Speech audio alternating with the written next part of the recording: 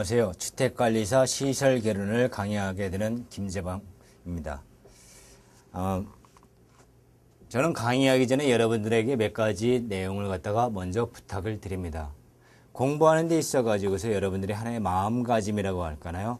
이런 거에 대해서 부탁을 드리니까는 공부하시는 데 있어 가지고 참고해 주시기 바랍니다. 첫 번째로는 긍정적인 마음가짐으로 해 주시기 바랍니다. 이 긍정적인 마음가짐 없이 공부를 하시다 보면은 공부하시는 도중에 의외로 생각했던 것보다 어렵네 그러면서 중도에 포기하시는 분들이 많고 짜증을 내면서 공부를 하게 되면 효과가 떨어집니다. 그래서 항상 긍정적으로 이왕에 목표를 세우고 공부를 하시겠다고 마음을 굳히셨다면 긍정적인 마음을 가지시고, 두 번째는 절대로 포기하지 마시기 바랍니다. 하지를 마시고요. 중도에 가다가 포기하면은 안이감만 못하는 거죠. 괜히 시간만 낭비하고 돈만 낭비하게 되는 겁니다. 그래서 이왕에 했던 거라면 긍정적인 마음 가지고 포기하지 마시고요. 이 과목은 주택관리사는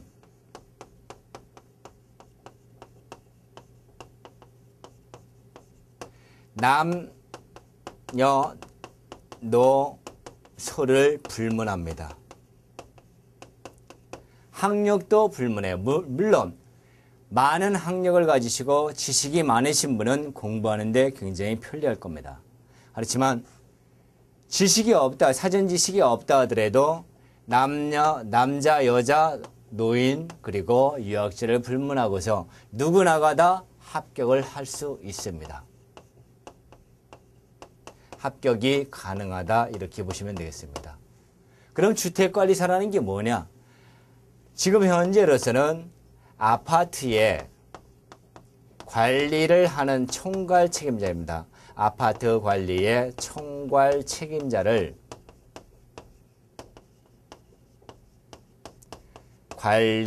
주택관리사라고 하고, 주택관리사가 바로 관리사무소장으로 들어갈 수 있는 경우는, 소장의 직책을 할 수 있는 경우는 두 가지 경우입니다. 바로 할 수도 있고, 이 주택관리사는 여러분들이 취득하게 되면 먼저 보호를 하는 걸로 될 겁니다. 이 보호는 바로 취직을 관리사무소장을 할 수도 있고요, 관리과장으로 할 수 있습니다.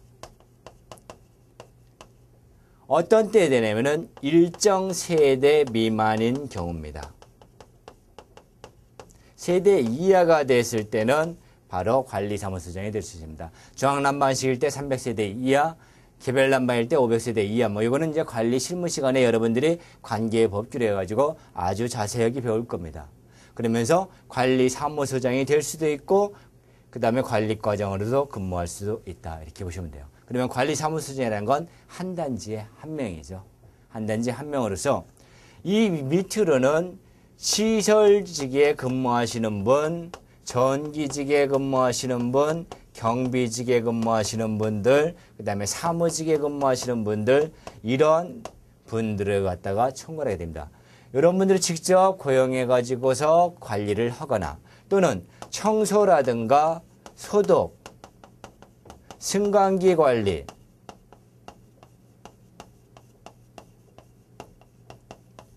정화조 관리,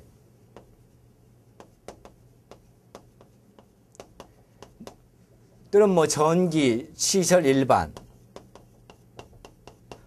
일반적으로 1200kW 미만인 경우에 해당될 겁니다. 이하가 됐을 때는 대행을 주죠. 또는 소방관리. 이런 것들을 갖다가 용역을 줘가지고, 용역 계약을 해가지고서 관리를 하게 되는데, 이 용역 계약의 주체가 누구냐면 관리사무소장이 되는 거죠. 그러면서 민원관리라든가 시설관리, 환경, 여기는 소독도 들어갑니다. 이런 것들을 제반적으로 해가지고 거의 동사무소 동장의 업무라고 이렇게 보시면 될 겁니다. 이 정도로 많은 업무를 하시는 분들이 바로 주택관리사다 이렇게 보시고요. 이 주택관리사는 대한주택관리사 협회가 있습니다.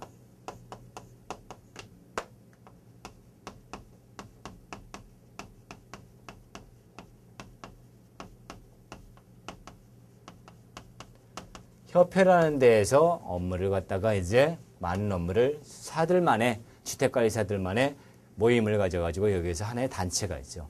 옛날에는 국토해양부에서 직접 출제를 했었습니다. 해양부에서 문제를 출제했다가 이걸 갖다가 어디로 했냐면 산업인력관리공단으로 넘겼습니다.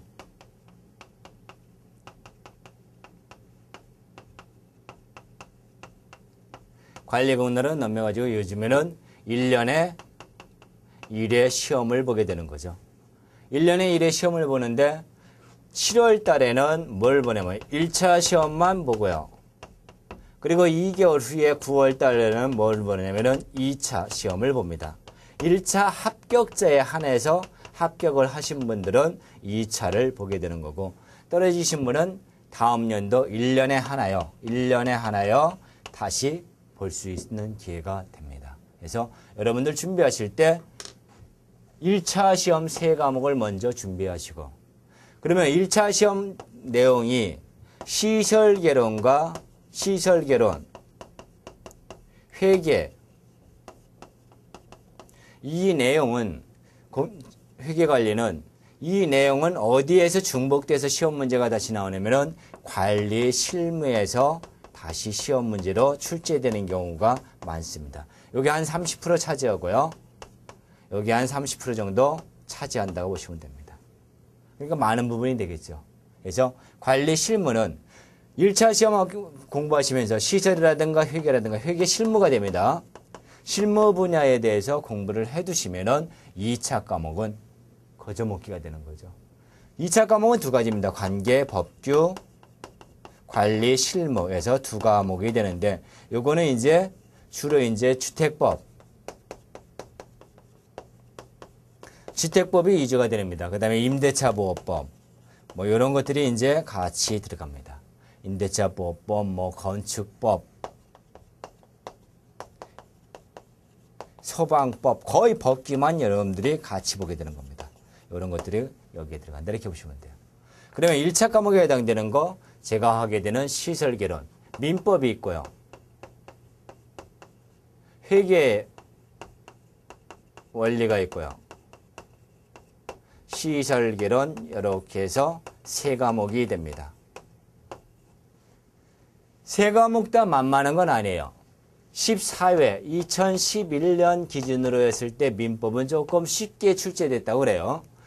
이건 조금 쉽게 출제됐고 회계 원리는 어렵게 출제됐고 시설개론은 좀 중간 정도 이렇게 됩니다. 근데 시설개론은 제가 담당하고 있는 시설개론은 해마다 이 정도입니다. 아무리 공부를 잘하셨던 분이라 하더라도 워낙 개론이라는 데다 보니까 범위가 넓습니다. 공부하는 범위가 넓다. 그리고 각 분야에서 출제된다. 제가 말씀드리는 각 분야라는 건 바로 말씀을 드릴 겁니다. 시설개론의 분야를 갖다 먼저 여러분들에게 제 나름대로 조금 쉽게 말씀드리려고 얘기를 해드릴 거예요. 그러면 그 각 분야 공정마다 꼭 문제가 출제된다 이렇게 보시면 돼요. 그럼 민법이라는 거는 우리 민법 교수님들이 워낙 훌륭하십니다.